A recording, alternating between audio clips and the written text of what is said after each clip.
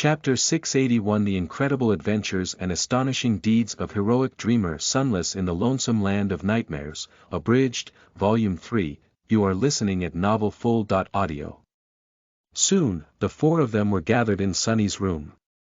There was plenty of food on the table, and a kettle of fragrant tea. They had a peaceful meal, avoiding discussing anything important, but soon, it was time to have a serious discussion. None of the four seemed too excited about the idea, perhaps because doing so would mean revisiting their experiences in the nightmare and opening up wounds that had barely any time to heal. There were a lot of invisible scars each of them was hiding. None of the four had survived these 3 months unscathed. Effie looked at her empty plate for a few moments, and then sighed. "Can't we just have a few days off before getting to work? The world won't collapse if we take a small vacation, I think." Sunny glanced at his friends, the bruised girl, the cripple with a disfigured face, and a beautiful young woman whose empty eye sockets were covered by a black cloth, and slowly shook his head. "If we do, Noctis might grow impatient. I promise to give him an answer after I find my friends. He has already been gracious enough to abstain from killing me, putting my soul into a doll. Or a mop. And ordering it to give him the knives. So, we better not linger." Cassie turned her head slightly and asked, her deep, pleasant voice still sounding strange and unfamiliar. "An answer? To what question?" Sunny grimaced, then looked away. "Right. All of you must have already understood what the conflict of this nightmare is.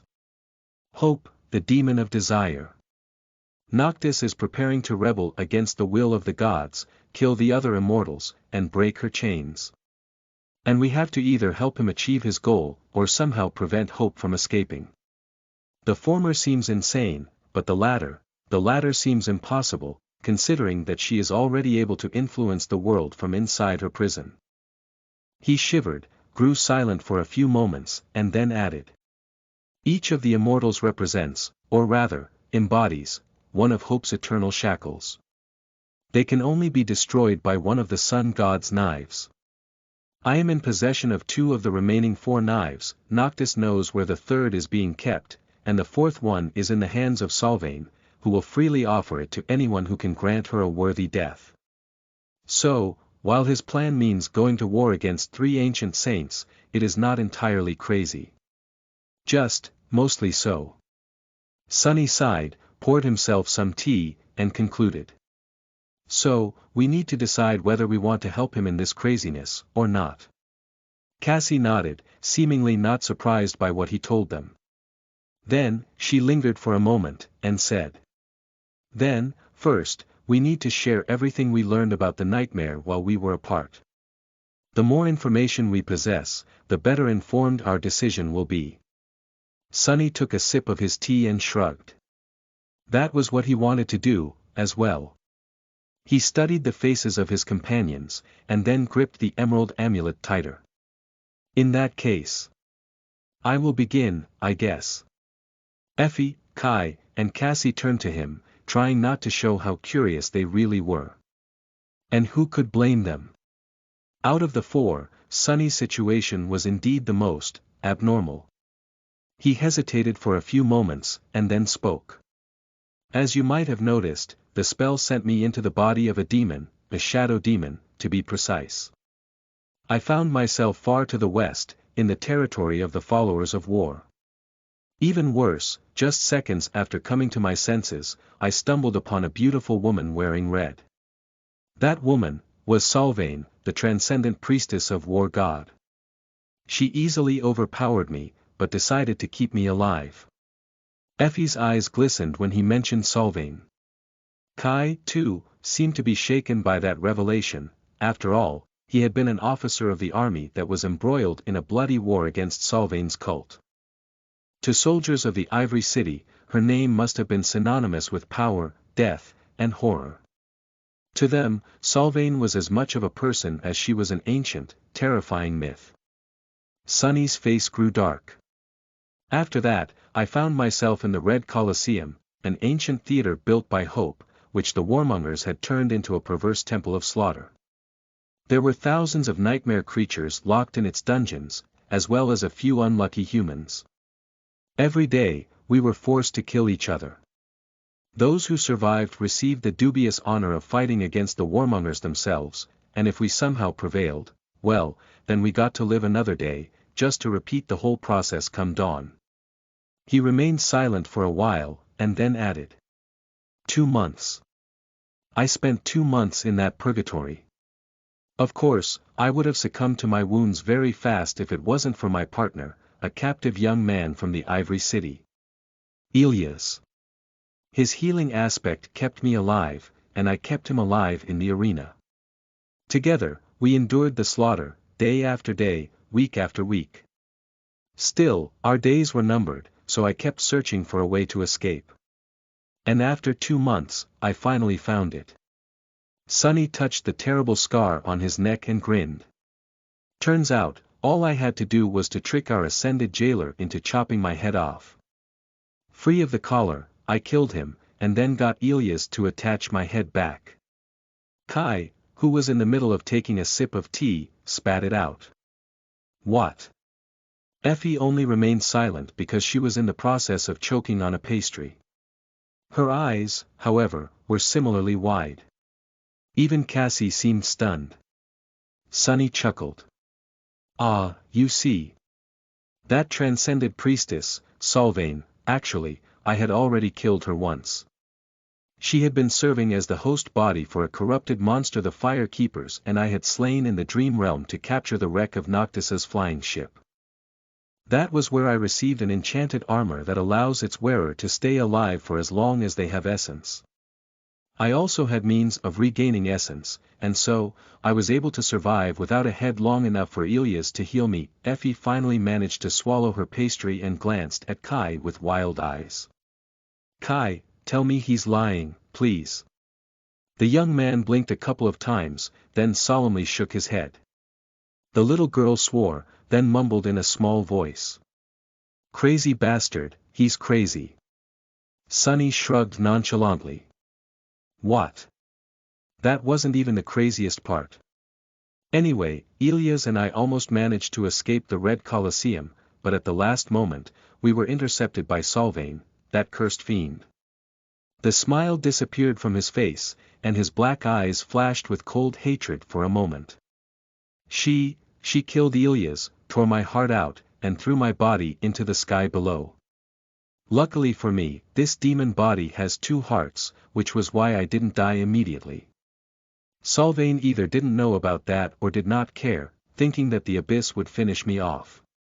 But I survived and found my way back to the Isles, thanks to my memories. He sighed. That I survived, but was not in the best shape either physically or mentally. My one remaining heart was not enough to keep this body going, so I was effectively dying, albeit slowly. I made my way south, planning to eventually reach our rendezvous point in the east. However, before I could, I stumbled upon Noctis on the southern island. Sonny smiled bitterly.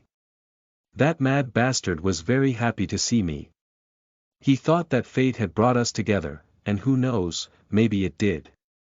We made a deal, he and I. Noctis would replace my missing heart, and I would learn the location of the glass knife from a terror that resided in the nearby fortress. That terror, you see, had belonged to one of the chain lords before, had belonged to the shadow. So was there a better candidate to meet him than a shadow demon? He didn't speak for a while, then let out a heavy sigh. The problem was, the centuries of loneliness and being subjected to Hope's poison had driven the creature mad. So, it attacked me. That terror had power over dreams and nightmares, and he subjected me to a few hundred of those. In each one, I was horribly tortured, experienced unimaginable sorrow, and was eventually killed. Luckily, I had forgotten most of those nightmares, yeah. Most of them. Sonny took a sip of tea, then shook his head. Anyway, eventually, I escaped from the nightmares as well, by breaking all of them, and then killed the terror. Noctis replaced my heart, as he had promised, and brought me to the sanctuary. Here, I met Kai, and we went to retrieve the glass knife, and Effie, from the Temple of the Chalice. And here we are. He scratched the back of his head, and then added thoughtfully. Overall, I guess it could have been worse. Effie swore again, and then shoved another pastry into her mouth. She chewed furiously, and then hissed, sending crumbs flying across the table. What the hell could have been worse than that? Sunny stared at her for a moment, and shrugged. I don't know. I could have been sent into a body of a worm. Or even worse, a child. Chapter 682 The Red Sect. You are listening at NovelFull.audio. Effie stared at him with no amusement whatsoever on her childish face, which only made her attempts to appear serious look more comical. Then, she scowled and said evenly. Wanna die? Sunny shook his head with a grin, then went into more detail about the things he had learned, including various pieces of information he had gleaned in the nightmares, his experience with the warmongers, and his observations about Sylvain and Noctis. When he was done, there was silence for a while. The others were digesting all the information he had shared with them, full of thought. Well, everyone except Effie. The somber silence was soon broken by the sound of loud chewing. The little girl swallowed a piece of meat pie, then blinked a couple of times, noticing that everyone was staring at her. Finally, she wiped the oil off her lips and said. What? I am a growing child, you know. I need to eat well to grow big. Then, she wiped her oily fingers on the tablecloth and shrugged. Well, anyway. I guess I'll go next. The little girl glanced at Sunny, made a face, and turned away. There's not much to tell, anyway. My 3 months in the Temple of the Chalice were not at all as exciting as Sunny's wild misadventures. Although her face suddenly grew dim and dark. They weren't very pleasant either. Effie sighed, lingered for a few moments, and spoke in a somber tone. Basically, I was sent into the body of one of the Red Sect's younger disciples. An orphan girl who had been entrusted to the maidens, for better or worse, but mostly worse. As I already said, their teachings had grown cruel and perverse over the centuries. Now that I know about how hope is manipulating everyone's desires, I finally understand why. That Sylvain, she had been raised in the Red Sect, too, a long time ago. The difference is, she managed to escape. But we didn't. The little girl trembled. I ran away once, early on, and managed to make it to the Iron Hand Island. But I was caught, and the punishment, at the time, they already knew that nothing they did to me would make me obedient. So, they punished the others in my stead. After that, well, I did not try to escape again. At least while the other girls were still alive. Effie grew silent for a bit, then shrugged. So it was pretty boring. Just endless training, battle training, essence training, body conditioning, and all that stuff. How to endure pain, how to endure fear, how to steel your will. How to be a perfect, merciless, lethal vessel of war. Of course, they were very inventive in their lessons. What better way to teach someone to endure pain than to torture them to the brink of death? Or over it, if the pupil is weak. The little girl's face turned distant. In the end, everyone turned out to be weak. Except for me. She took a bite out of her piece of meat pie, chewed it slowly, and then said. One time, they put me in a coffin and buried me alive, for a few days. To teach me how to conquer the fear of darkness. These wretches, who said that I was afraid of darkness, to begin with. So stupid. But mostly, it was just combat training. They trained us ruthlessly. There's a lot you can achieve with a few awakened healers and no regard for whether your disciples survive or not. If we broke a bone, the healers would put it back together, and order us to continue. If we bled too much, well, you get the idea. Effie shook her head. The thing was, though, that I was getting it even worse than the rest. The girl whose body I took had the misfortune of awakening at a very young age, you see. So, the maidens saw her as their promised chosen one, a prodigious warrior fated to slay Solvain and wash away the humiliation she had visited upon the sect, to avenge her sin and sacrilege. So, they worked me harder than anyone else. The little girl looked away, then sighed. The weirdest part was that all the vile crap they did to us was done without any hint of hatred, malevolence, or bad intentions. On the contrary, the older maidens treated us like their little sisters, when they were not torturing and killing us, of course. My teacher. Hilda. I think she thought of me as her own daughter. She cared. A lot of good it did, in the end. She hesitated for a moment, and then grimaced. Well, anyway. Eventually, I was the only one left. Actually, I think they went harder on the other girls because of me. My presence reignited their fervor, I think. After everyone else died and the maidens had nothing else to hold over my head, I started planning my escape. I had no idea if I would survive it, but luckily, before I had the chance to find out, Sunny and Kai came and obliterated the whole sect. Cheers. Thanks, by the way. She nodded at them, and then stuffed her mouth with another piece of the pie, clearly unwilling to say anything else. Everyone remained silent, until Cassie leaned over and put her hand on the little girl's shoulder. She gripped it softly, and said, "You did well, Effie. You did well to survive." Effie looked down, sighed, and then said darkly, "Ah, but this time, I didn't just want to survive. I wanted to save a few people, too. But I failed, who cares, though? I am really way too old to be this sentimental. Or maybe that hope already did a number on my brain, this is just a nightmare, after all." Hearing a little girl proclaiming that she was too old to feel grief would have been funny, if it wasn't so sad. No one said anything, until Kai leaned back and sighed. Then, his grating voice resounded in the stone room, sending shivers running down Sunny's spine. "Well, in that case, I guess it is my turn. My story is not that long, though. I didn't do much." He glanced at his hands, with skin that had been replaced by polished tree bark, remained silent for a bit, and then added, "That I only fought a dragon. And lost." Chapter 683 To Kill a Dragon. You are listening at novelfull.audio. Kai remained silent for a while, and then let out a heavy sigh. He looked away, picked up his charred wooden mask and stared at it for a few moments, then finally spoke. "I was sent into the body of a centurion of the Sun Legion, the army of the Ivory City. The city, you must have seen it when we entered the nightmare, rising from the ashes as the time flowed in reverse. It is a wondrous place, beautiful, peaceful, and full of life, with people who are warm, kind, and care deeply for their neighbors. Dozens of flourishing islands, all connected into a single whole by the aerial bridges and arching aqueducts built of white stone."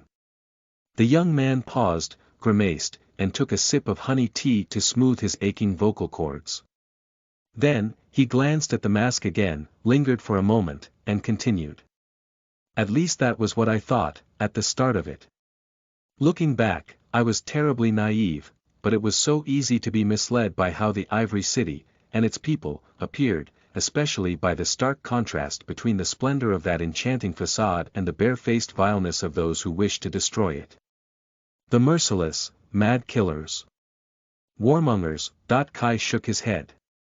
The people of the Ivory City are just like those we know in the waking world. They have the same values, the same ideals, the same regard for decency and human life. Now that I say it aloud, I realize they might be doing much better than us in that regard. My point is that they seemed nice. Their city was like a beautiful paradise. Like a place that all human cities should strive to be. Was it so unexpected, then, that in this nightmare, there was someone who wanted to destroy it?" His eyes grew dim. The followers of the cult of glory, on the other hand, were exactly like what one would imagine the forces of evil to be.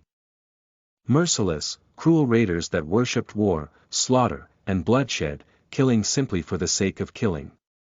Their perverse fate, their zealous belief that by destroying the lives of innocent people they were delivering the gift of salvation to their victims, murderers and madmen, each and every one of them. So, you might understand why I was blinded to the truth, for a while. The young man took another sip of tea, then put down the mask and looked at them with a dark expression. In my naivete, I came to believe myself to be a hero of a grim fairy tale. A noble warrior tasked with protecting a beautiful paradise from the tide of evil. I mistakenly considered the fate of the Ivory City to be the true conflict of the nightmare, and so convinced myself that protecting it was what we had been sent here to do. Unable to abandon my duty and reluctant to become a deserter, I remained with the Sun Legion, thinking that, sooner or later, you guys will join me. Kai looked down and sighed heavily. And so, very soon, I became known as a hero of the Legion. His disfigured face contorted for a moment, but then the young man restrained his emotions and smiled bleakly. I know, that fact might sound surprising. Unlike the rest of you, I have never been a fearsome warrior. I have never been a dauntless leader of men, as well. My only real act of bravery was facing the Spire messengers in the shadow of the Crimson Spire, and even then, I only survived because of Cassie. So, I was very surprised to find myself gaining fame and renown as a fearless battle commander. Kai looked at them, lingered for a moment, and then said with uncertainty. The war between the Ivory City and the Red Colosseum, you see, has been going on for centuries. Its bloody tides come and go, like those of the sea. Sometimes, only small skirmishes and raids happen for decades, and sometimes, there are terrible battles happening every day. Sometimes, only mundane soldiers and awakened officers fight each other, and sometimes, ascended champions appear to sow devastation on the battlefield. Sometimes, even the transcendent lords descend. He paused for a few moments, took a sip of tea, then continued in a neutral tone. At the time, I found myself in the center of a sudden shift from a prolonged period of relative calm to the start of a massive offensive by the warmongers. And very early on, I discovered an unexpected truth. He glanced at them, thought for a second, as though carefully choosing his words, and said. You see, I was always under the impression that warriors of this mythical era, when gods were still alive and magic permeated the world, were infinitely more knowledgeable, powerful, and proficient in battle than we, humans of the waking world, are. But as it turns out, that is not so. Maybe a long time ago, during what they call the Age of Heroes, they had been. But now, most of them are far less deadly than we have become, at least those of us who had been forged and tempered by the Forgotten Shore. Sunny raised an eyebrow, surprised by that statement. Noticing his expression, Kai tilted his head a little. Nightmare creatures are nowhere near as numerous here as they are in the future. There is no spell, no nightmares, no trial of the dream realm, no gates. Unlike them, each of us had been forced into a life of bloodshed and conflict, thrown against unimaginable horrors with no choice to retreat or surrender. The spell might be a cruel teacher, but its vile lessons seem to be morbidly effective. Grow stronger or die, there is no other way for us. So, most awakened from the real world would have experienced more strife and battle encounters than an average awakened warrior of this time period. He sighed, and then added somberly. That was why even I, despite my humble aspect and lacking battle prowess, was able to stand out. I led my soldiers to victory, keeping them alive through the sudden attack by a large force of the warmongers. And then, I kept them alive through the rest of the campaign, wreaking havoc on the enemy anywhere my centuria appeared. Kai grew quiet for a long time, and then added, his ugly voice suddenly sounding especially hoarse and grating.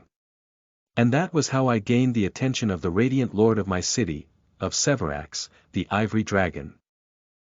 Chapter 684 You Must Become a Dragon. You are listening at NovelFull.audio. Kai poured more tea into his cup, then cradled it in his hands and looked away.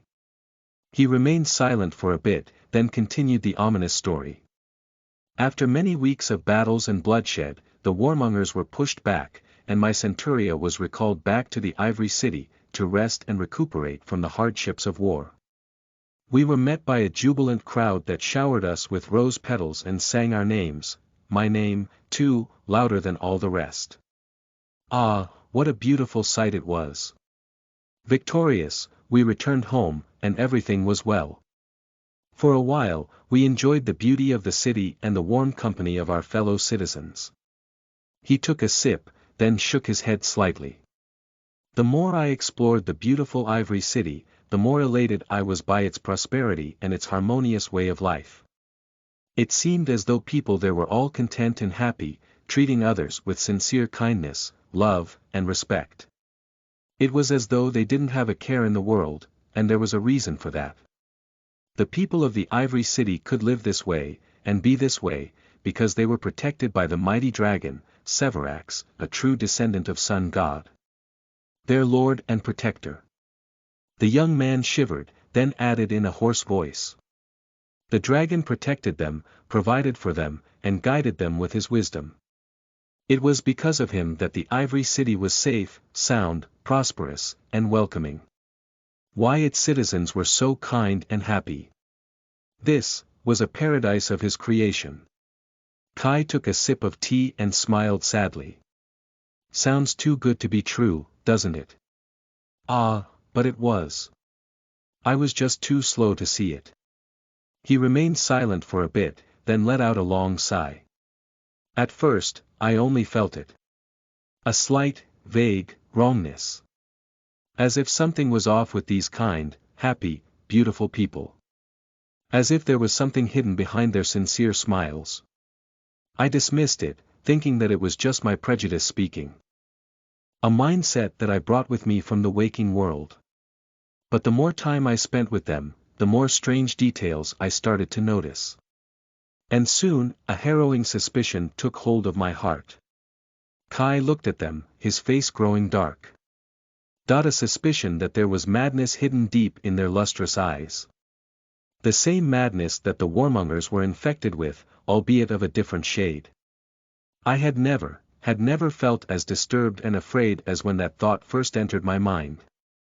I was so afraid, in fact, that for a few days, I closed my eyes to the truth and pretended that nothing was wrong. But the suspicion kept gnawing on my heart, and so, I decided to investigate. It wasn't hard to confirm it. A bitter grimace contorted his hideous face. You see, as it turned out, the Ivory City was indeed prosperous, safe, and beautiful because of the dragon. Its people were indeed protected and provided for by the dragon. In return, the dragon only asked for one thing in return. The young man clenched the teacup, almost causing it to crack. To feed him. He gritted his teeth for a moment, then said quietly. To feed him with human flesh. 7 sacrifices had to be made to him every month, from the ranks of the citizens. And the kind, warm people of the Ivory City, were more than happy to provide. Ecstatic, even. Being devoured by the dragon was considered to be a sacred honor, and having a loved one chosen as a sacrifice was a cause for celebration. The young man grew silent, then said hoarsely. The dragon never dictated who had to be fed to him. But the people of the Ivory City wanted above all else to please the dragon, and so, they always chose the best and the brightest. The most beautiful, the most talented, the most innocent, the most desirable. And there we were, young heroes who had just returned from a triumphant war. The month was up, and so, they chose me and 6 of my most brave and loyal soldiers. Kai smiled bitterly. What a reward! The sight of them was the most disgusting thing I have ever seen. Parents surrendering their children to death with zealous smiles, husbands sending their wives into the dragon's maw with wild joy, friends and neighbors singing and laughing as they led their fellow humans to be eaten by a hungry beast.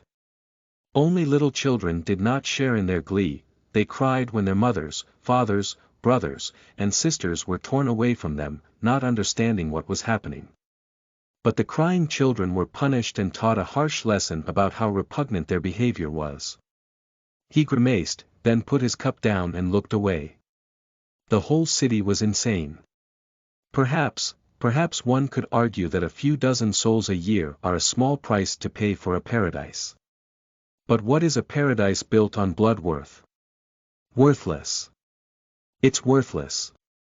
And even if it's not, at least the wretches could have made the sacrifice without the ghoulish joy. Without the songs, and the zeal, and the kind, warm, sincere smiles on their beautiful faces. Kai took a deep breath, remained silent for a while, and then shrugged dismissively. Anyway, we were brought to an island that bordered the ivory tower itself, and chained to a white cliff. The jubilant crowd disappeared, and soon after that, we heard the rustle of mighty wings. The dragon landed in front of the cliff, as majestic and fearsome as he was in the legends. A great beast with beautiful ivory scales, and radiant golden eyes that were full of wisdom, nobility, and inhuman intelligence.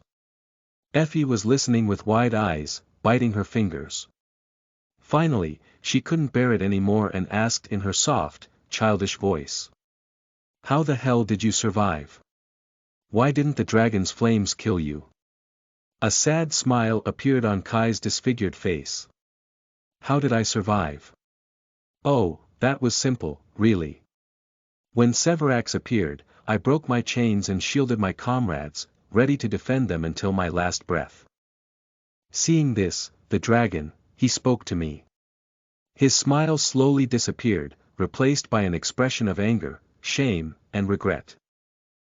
You must have already guessed that Ivory Dragon Severax is also Severus, the Ivory Lord. One of the Hope's eternal shackles, a transcendent whose transformation ability allows him to turn into a dragon. He is a human, or at least was a human once, a long time ago. And so, he spoke to me. The young man sighed. He was amused by my reaction. We spoke, and what he told me, it broke me, a little, I think. You see, I had it all wrong. The dragon, he had never once asked the people of the Ivory City to sacrifice anyone, or anything, to him. They had invented the story themselves, and chose the number of the victims themselves, and started bringing him sacrifices of their own free will.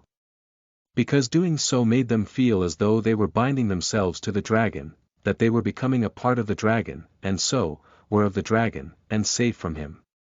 Kai shook his head. Severax. Severus, he had lost a part of himself a long time ago, I think. He told me that, in the beginning, he wanted to be a good lord for the people, someone whom they could see, and whom they could strive to become. And so, he rarely appeared in his transcendent form before them. But as centuries passed, he noticed that people were disturbed by his human face, and were only at peace when he came as a dragon. As if they needed him to be something else, something greater than them. And so, after a while, he abandoned his human form completely. And not long after that, the sacrifices began.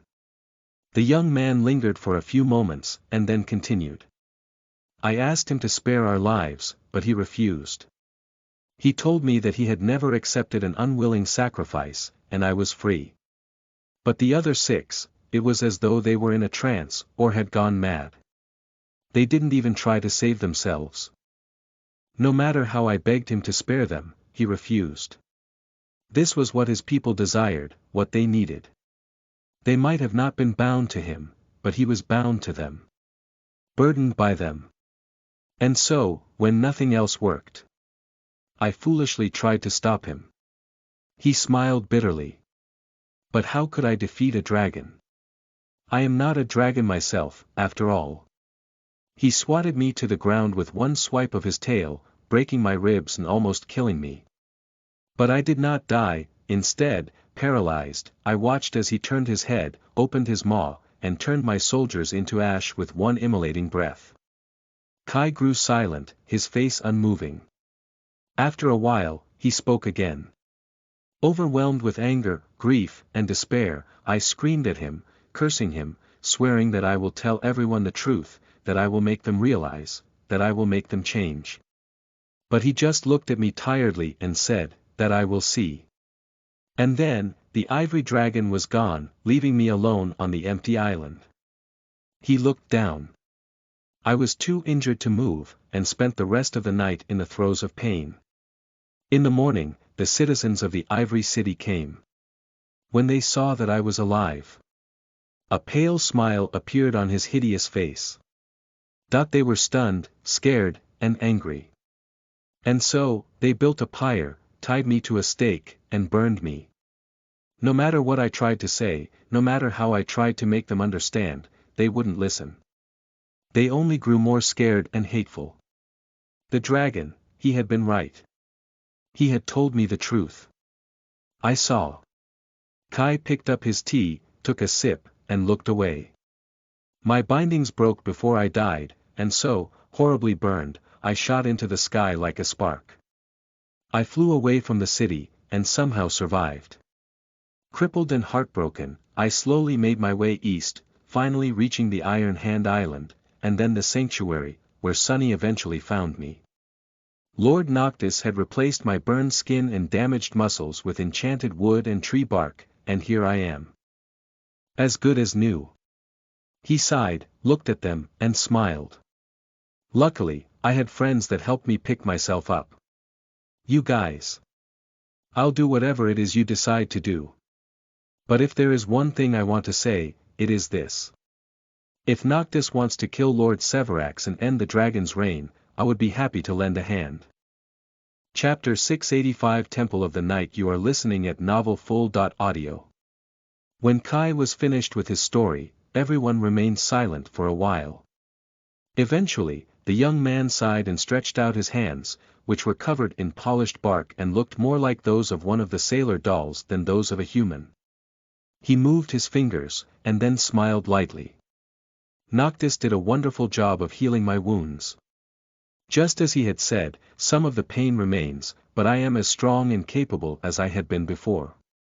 No, even more so, these enchanted limbs he gave me are much more sensitive to soul essence, and so, they are more durable and powerful than my own flesh had been.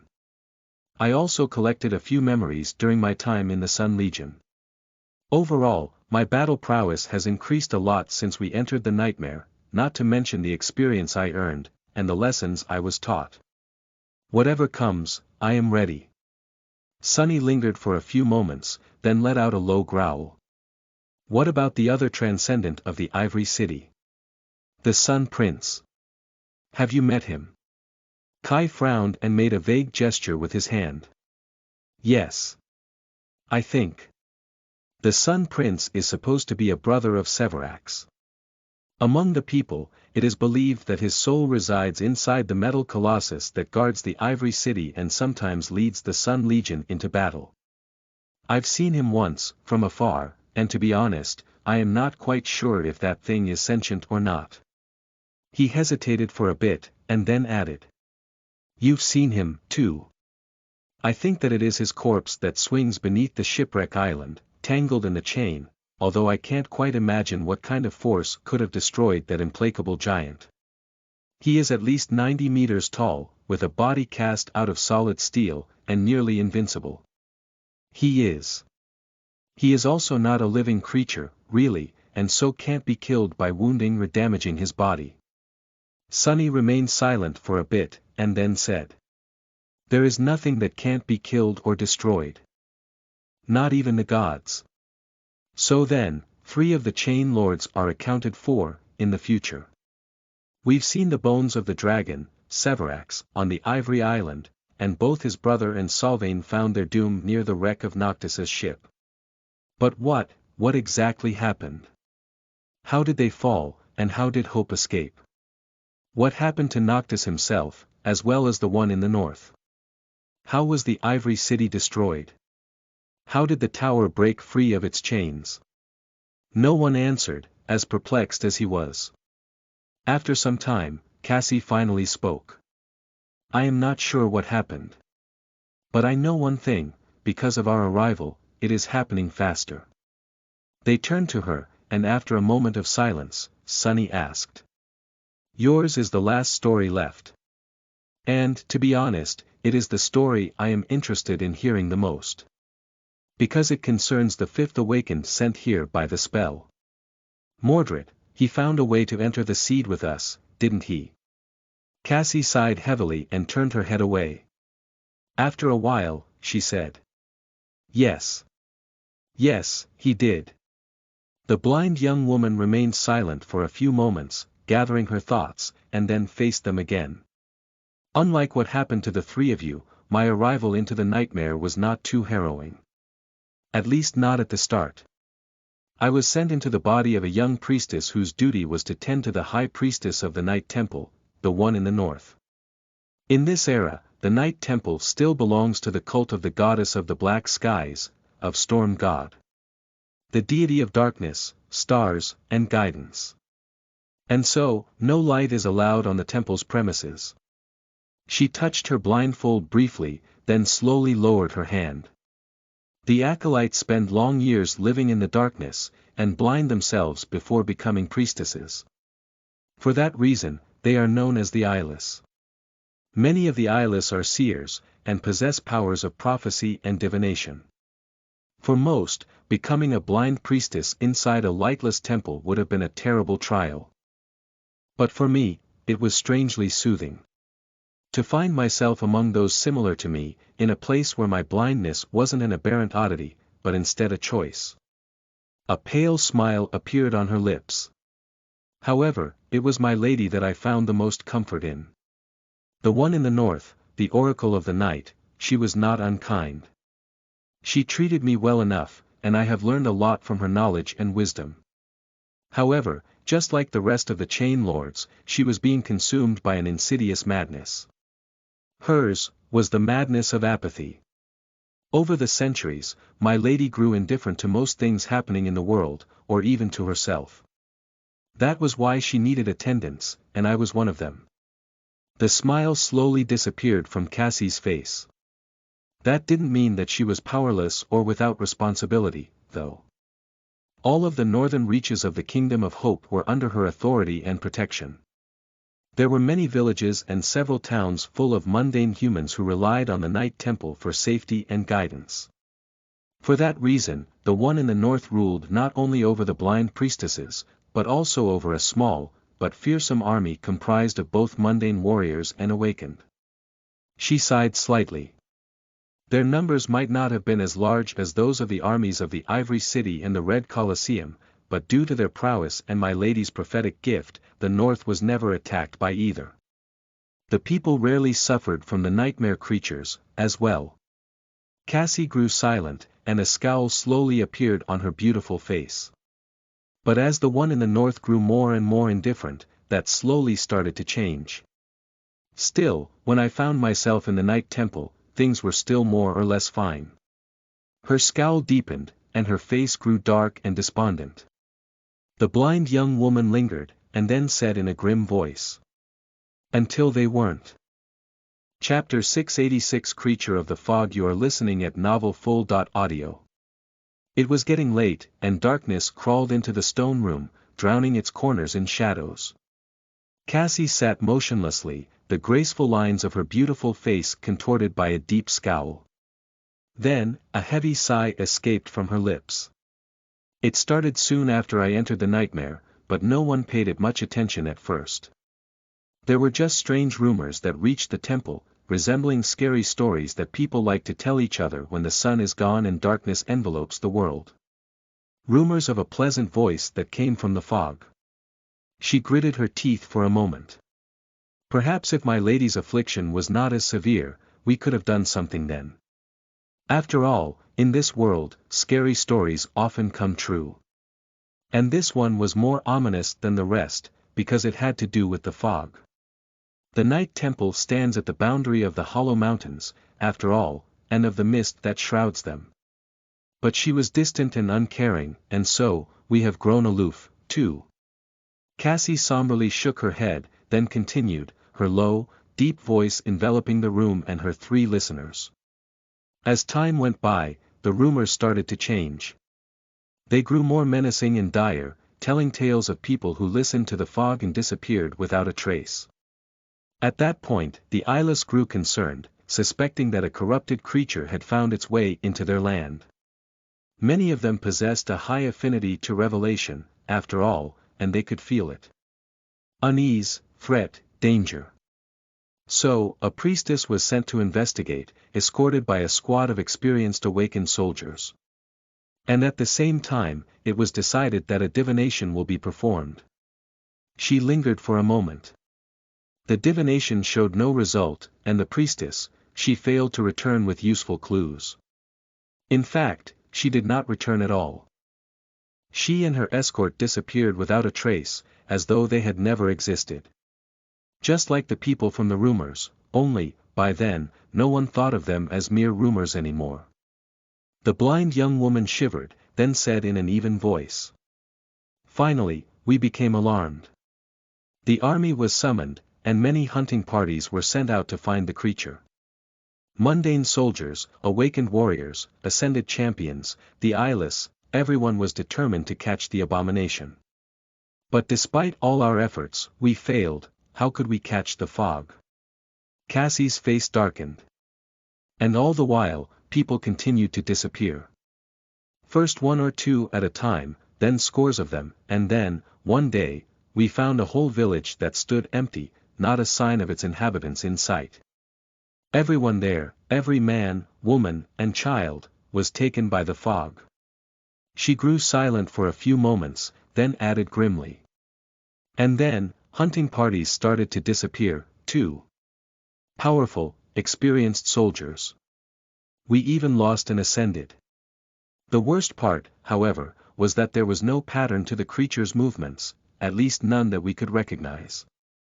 It could attack a settlement far to the west one day, and then suddenly take someone far to the east the next. It was almost as if it could be in several places at the same time. Because of that, we couldn't throw all our forces into one location and corner it on a single island. And so, we constructed a trap for it. All we needed was a lure, and I volunteered to become one. The blind young woman shook her head.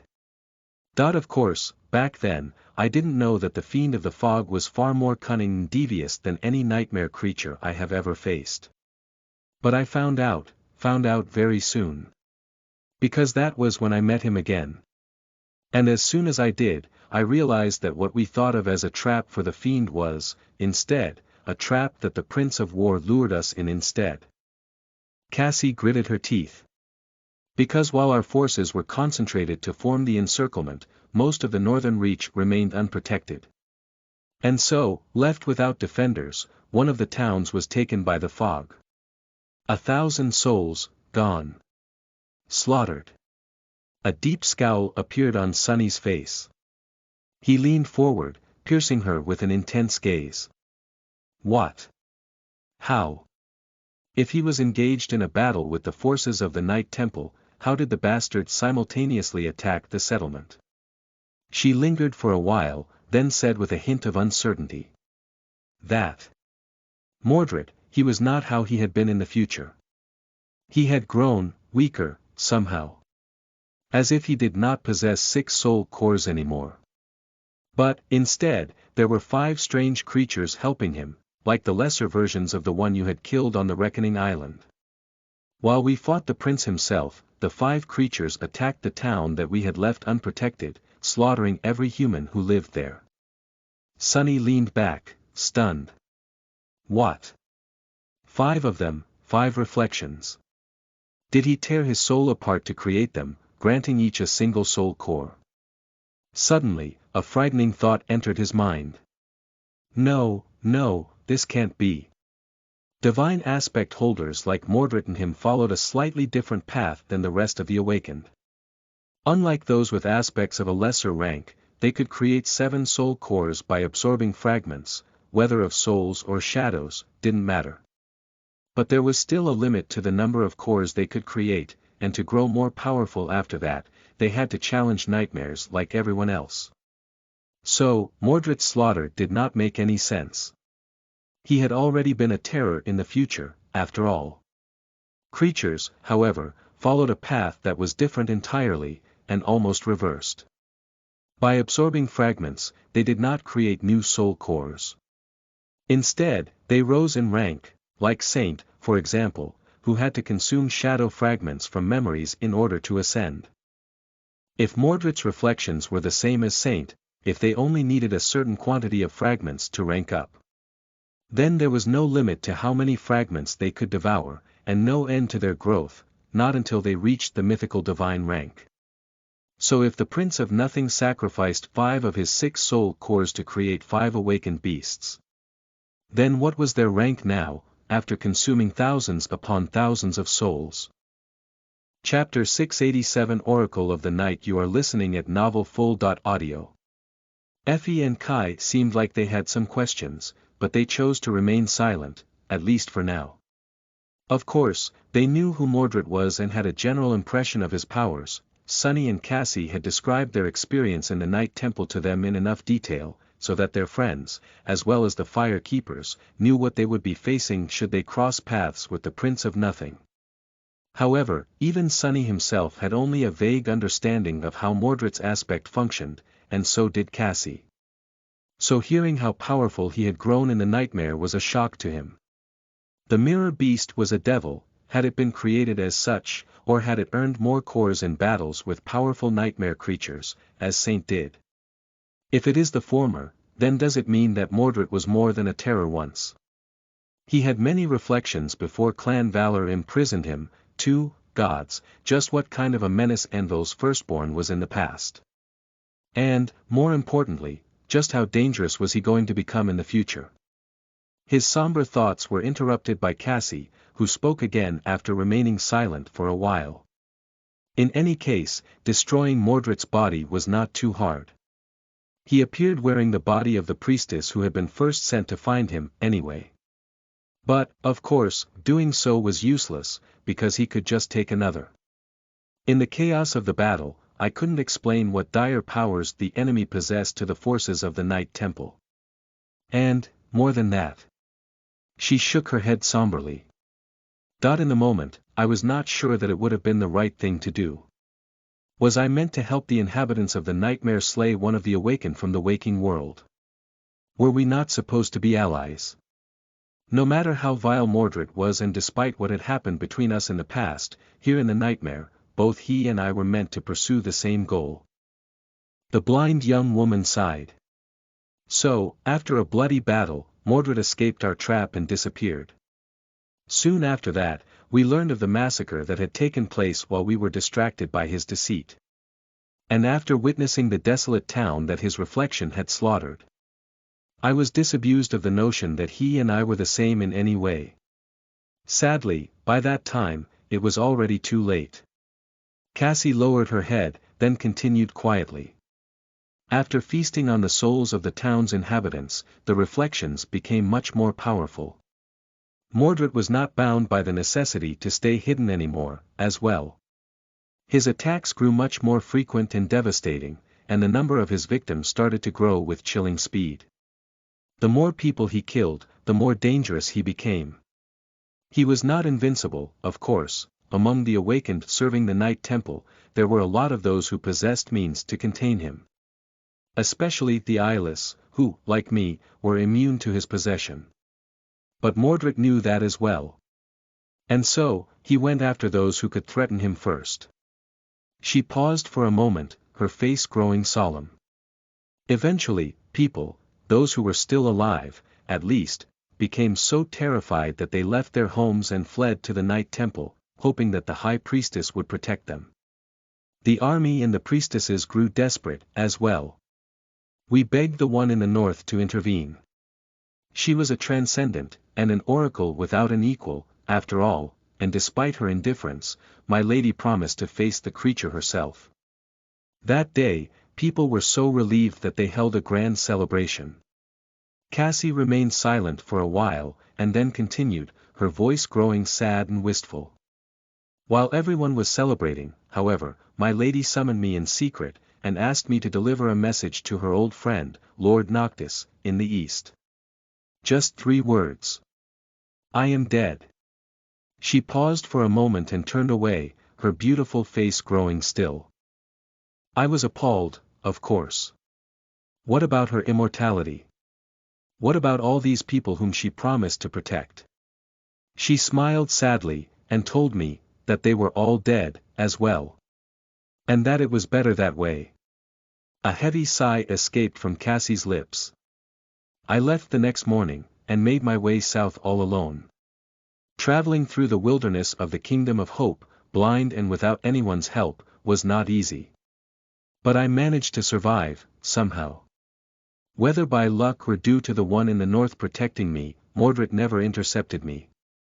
I had to face a few powerful nightmare creatures, though, as well as other dangers, along the way. I overcame these obstacles and eventually reached the sanctuary.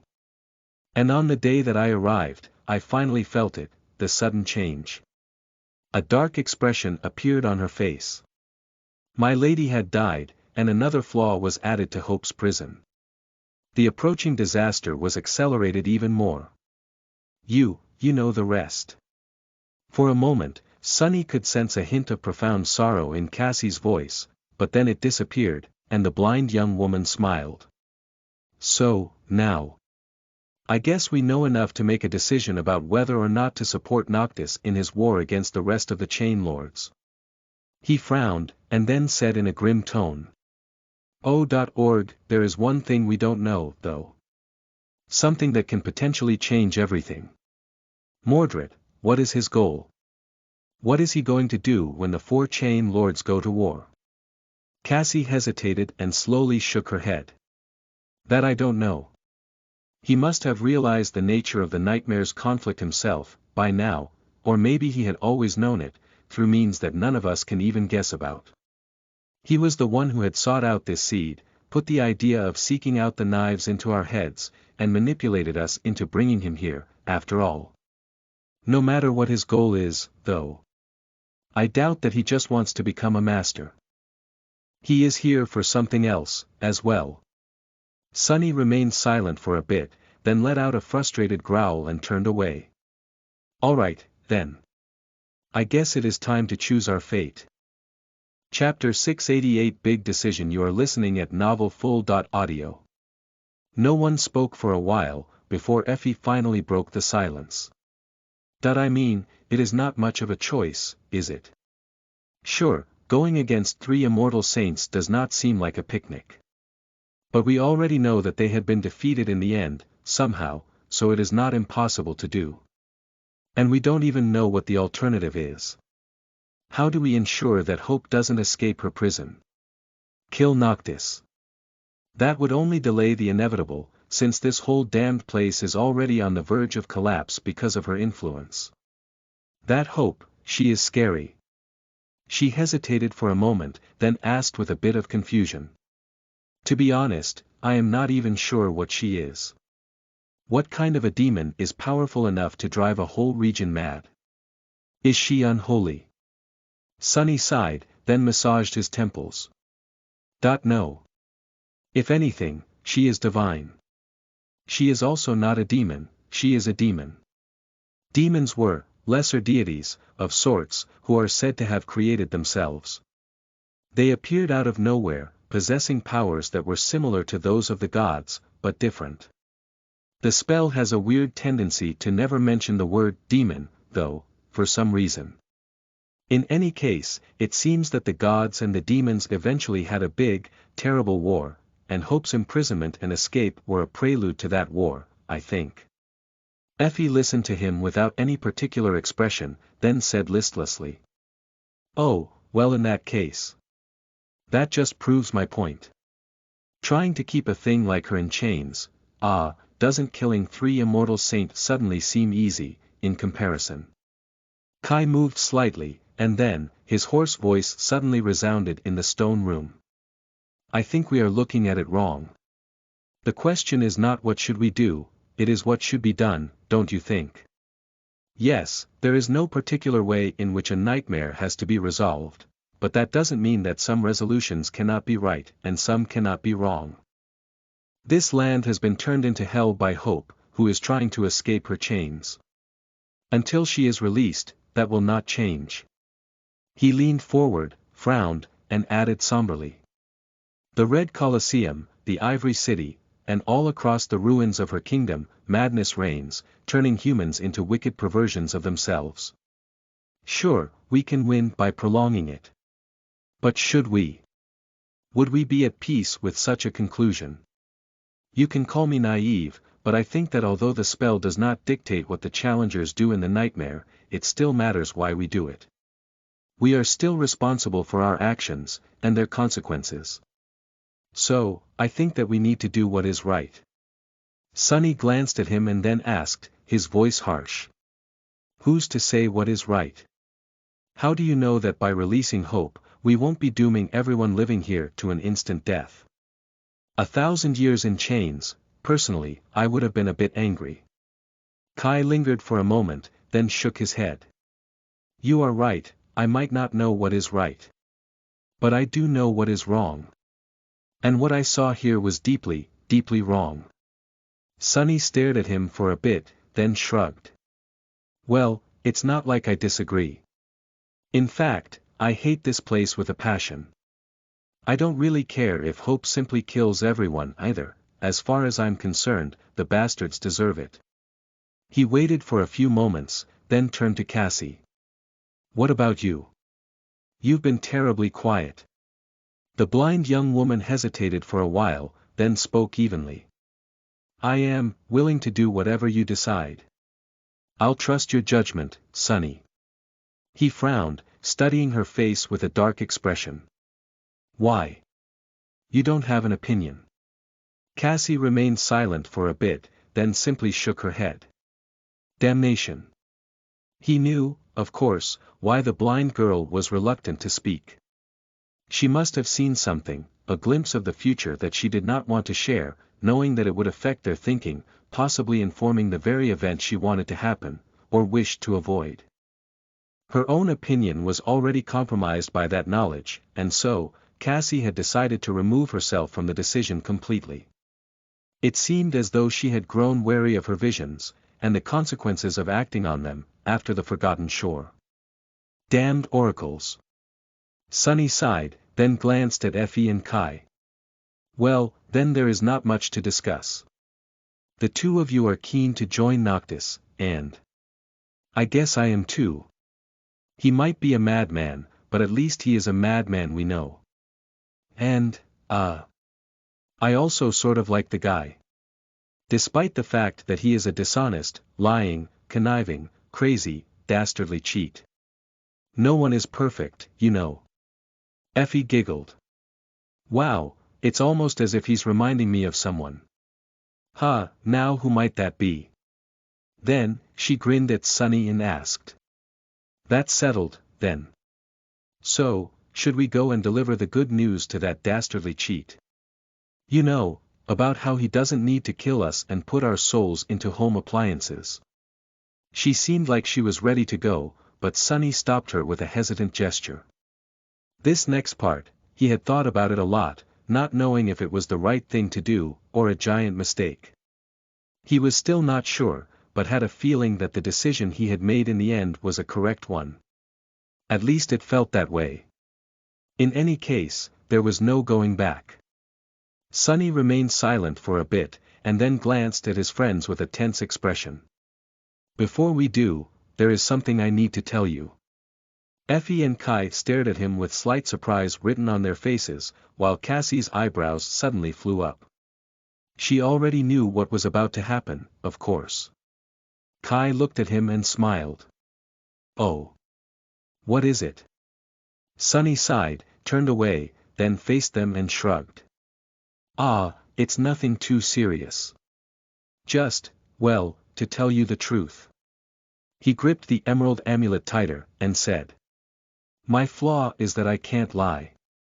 I have a true name, which I received in my first nightmare. My aspect is of the divine rank.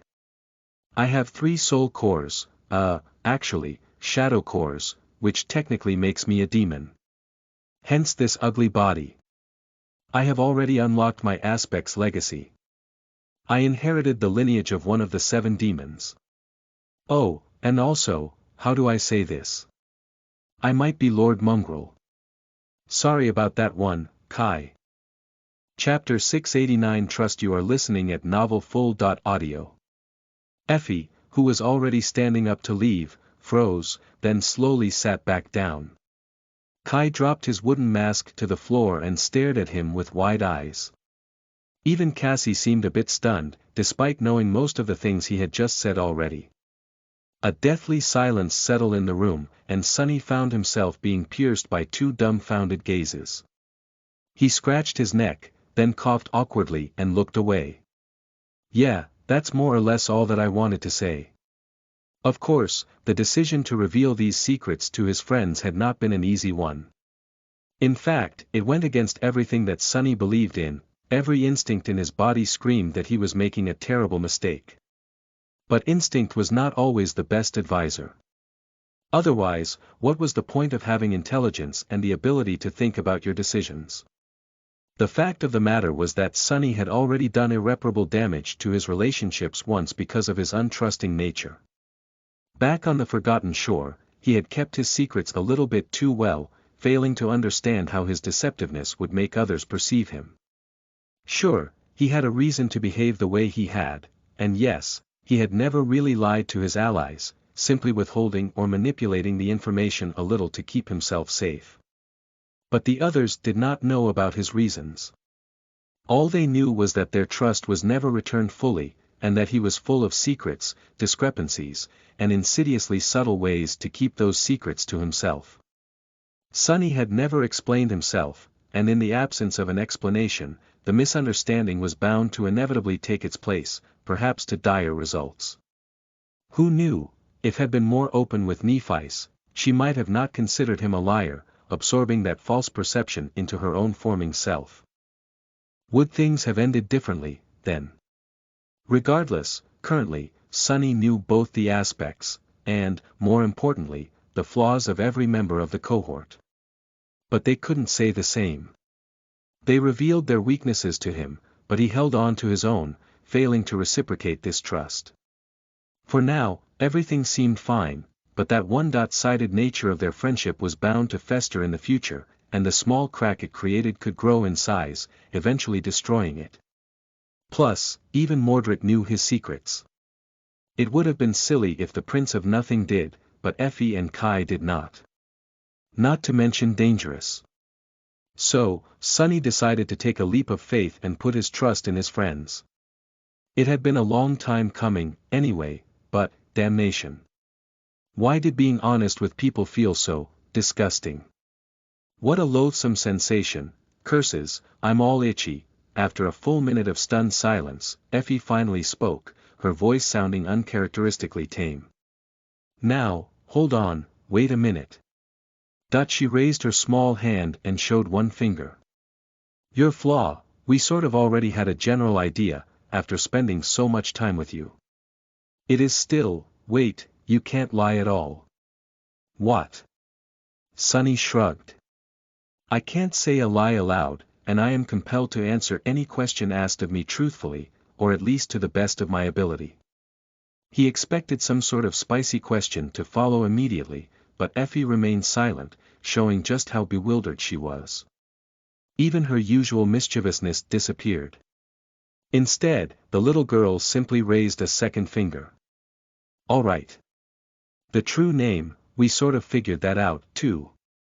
You seemed reluctant to share it, for some reason, so Kai and I did not press."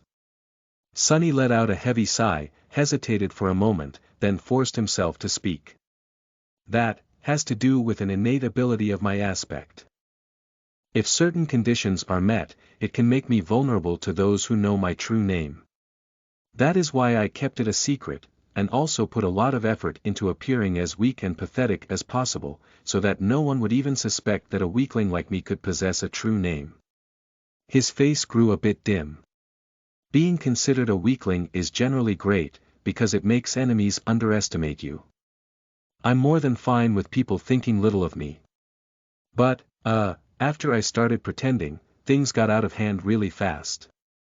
Effie blinked a couple of times, remained silent for a moment, and raised a third finger. "Well, I guess that explains a few things. Now, about Lord Mongrel, we knew, of course. I mean, it was sort of obvious." At that point, both Kai and Cassie turned to her and spoke simultaneously. Kai seemed even more surprised than before. "What? I didn't know." Cassie, meanwhile, seemed a bit confused. She asked hesitantly. I am sorry, but who is Lord Mongrel? Effie stared at them with a funny expression. What do you mean, you did not know? You were the one who helped him buy that armor. Kai opened his mouth, then closed it, then opened it again. Wait, what armor? I helped, the stone armor from the memory market. That dusty, ugly thing. No, it's not the same. The material is completely different. The fit, the design. Mongrel's armor is very chic. Not at all like that cumbersome stone clunker. Sunny covered his face, then said somberly. The stone changes to a stone-like metal due to an enchantment. It was just broken and required an awaken to activate the restoration process. As for the fit, you do remember that memories adjust themselves to accommodate the owner's body, right? Hell, now that I have a tail, even it is armored when I summon the mantle. The young man stared at him with a lost expression, then leaned back on his chair. Oh, I see, then. But, I mean. No, never mind. Sunny massaged his temples. I never meant for Mongrel to get famous. I just wanted to practice swordsmanship in the dreamscape, and all good aliases were already taken. Who knew that a damned broadcaster would spread the clip of me dispatching him everywhere on the network?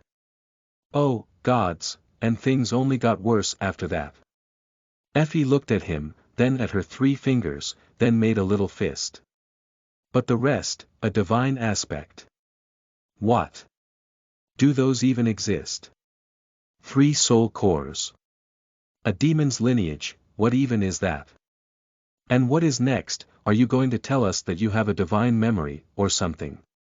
The little girl let out a nervous giggle and mockingly shook her head. Sunny stared at her for a bit, then cautiously cleared his throat. Ah, well, actually. I have too. Chapter 691 Question You are listening at novelfull.audio. Some time later, Sunny left the room, walked between the tall menhirs, and entered the sprawling garden of the sanctuary. The cohort had intended to talk to Noctis together, but after his bombshell of a revelation, the others needed some time to digest all the new information and decided to stay behind. Understandable. In truth, Sunny wanted to be alone for a few minutes, as well. Although he felt that he had made the right decision, revealing his secrets was an uncomfortable experience. He felt as if an invisible weight had been lifted off his shoulders, a bit, but also rattled and uneasy. He felt naked. Sunny could use a little solitude to gather his thoughts, too. After the initial shock, he had gone into more detail about his capabilities, explaining how a divine aspect worked, and the circumstances of how he earned it. However, it was not like he knew a lot about this matter himself, so the conversation was not too long. It had helped the others better understand his powers, as well as that of Nephice, and, most importantly, of Mordred. Now, they were as ready to face the Prince of Nothing as they could be, should a conflict with him happen.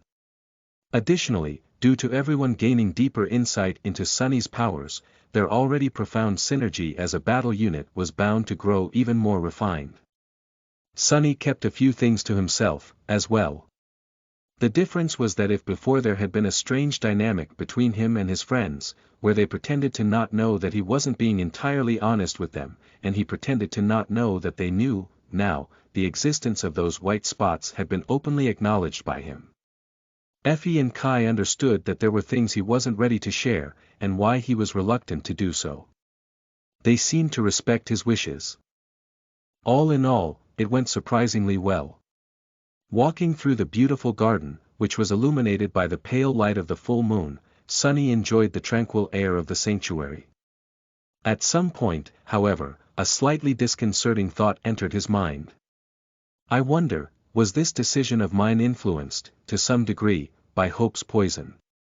If so, what deep desire of mine had she amplified to push me toward being honest with my friends, for a change? Suddenly thoughtful, Sunny approached the door of the sorcerer's lair, waited patiently for the sailor dolls to open it, and walked inside. Maybe I was always. His eyes suddenly narrowed, and his hand shot to the side, ready to grasp the shaft of the cruel sight. Something was very wrong inside the dark hall. A thick, nauseating smell of blood invaded his nostrils, sending adrenaline coursing through his own. It surrounded him like a suffocating wave, as though a terrible massacre had just taken place in the immortal sorcerer's quarters. But Sunny did not see any corpses. The central chamber was just as he had left it the last time, empty of all furniture, with a vast circle of runes drawn on the stone floor. No, not entirely the same. The floor had cracked in several places, as though something was pushing at it from beneath, exerting devastating pressure on the ancient stones. Noctis was still in the center of the circle. One of his sleeves was rolled up, and there was a deep cut on his left wrist, a stream of blood running down his hand and falling down like a crimson ribbon. In his other hand, he held the diamond sickle. The sorcerer was surrounded by a shallow pool of blood, however, it somehow failed to touch the hems of his garments. Sunny stared at him for a few moments, noticing that the stone surface seemed to be slowly absorbing the blood. Then, he gripped the emerald amulet and asked evenly. "Are you trying to kill yourself?" Noctis slowly opened his eyes, glanced at Sunny, and smiled brightly. Then, acting as if nothing out of the ordinary was happening, he wiped the diamond sickle, hid it in the folds of his silk garment, and stooped up. "What? Of course not. I'm too young to die." Sunny gave him a dubious look. "Young? You are at least 1,000 years old." The sorcerer tilted his head, scratched his cheek with a thoughtful look, and then smiled even brighter. "What? Of course not. I'm too beautiful to die." Happy with himself, Noctis somehow made the cut on his wrist close, jumped over the pool of blood, and walked towards Sunny with a relaxed expression. "Come, this place needs to be aired, I think. The garden is nice and chill, though." Sunny threw one last look at the disappearing pool of blood.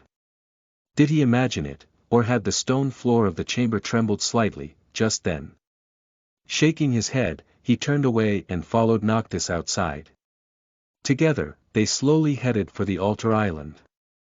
Noctis seemed to enjoy the silence of the moonlit garden a lot. A minute or two later, though, he broke it with a carefree question.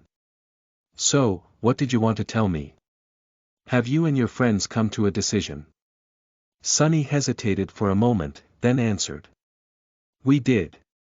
We will help you free Hope." Noctis grinned. "Oh, wonderful." After that, he didn't say anything else. Sunny waited for a while, a little confused. They had already reached the white altar and sat down on a stone bench, enjoying the sight of the pristine lake, with a pale circle of the moon reflecting on its calm surface. And yet, the sorcerer seemed to lose his ability to speak. Slightly irritated, Sunny hesitated for a moment and then asked awkwardly. "So? Do you need me to give you the knives?" Noctis looked at him with an easy smile and shrugged. No need. Keep them." Sunny's eye twitched. "What do you mean, keep them? Wasn't the knives what you were after?" The immortal sorcerer looked at the reflection of the moon, then waved a hand vaguely. "We can deal with them when the time comes. Things will sort themselves out, one way or another."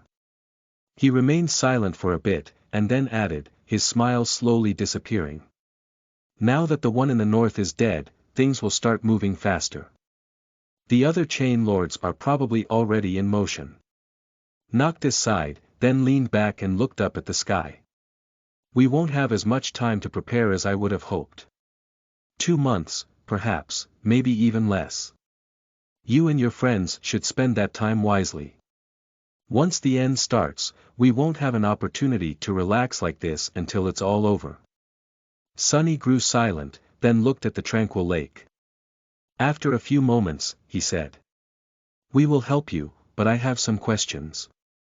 Amused by that statement, Noctis laughed. "You even have questions on a night like this? Sunless, you should learn how to enjoy yourself, from time to time. Take a moment and appreciate the world.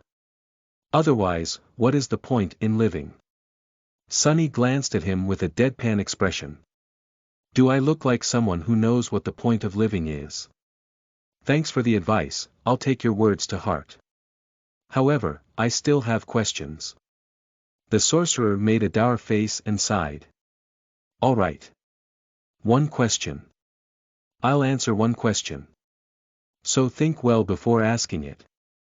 Sunny did not speak for a while, staring at the reflection of the moon. His face grew serious, deep shadows veiling his eyes. After several minutes spent in silence, he finally frowned, looked at Noctis, and said. Then tell me this one thing. Why did Sun God destroy Hope's kingdom? The immortal raised his eyebrows, then threw his head back and laughed. By the moon, of all the questions in the world, you just had to ask this one, didn't you? He shook his head, and then looked away.